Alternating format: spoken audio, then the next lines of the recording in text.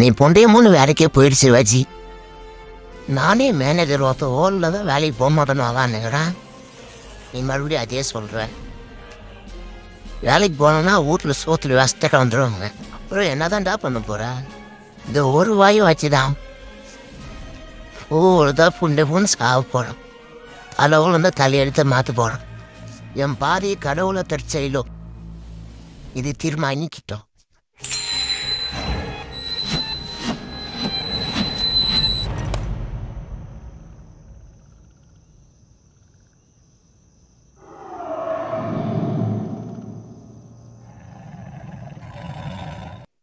என் வாழ்க்கையே ஓம்பிட்டு போச்சுப்போ.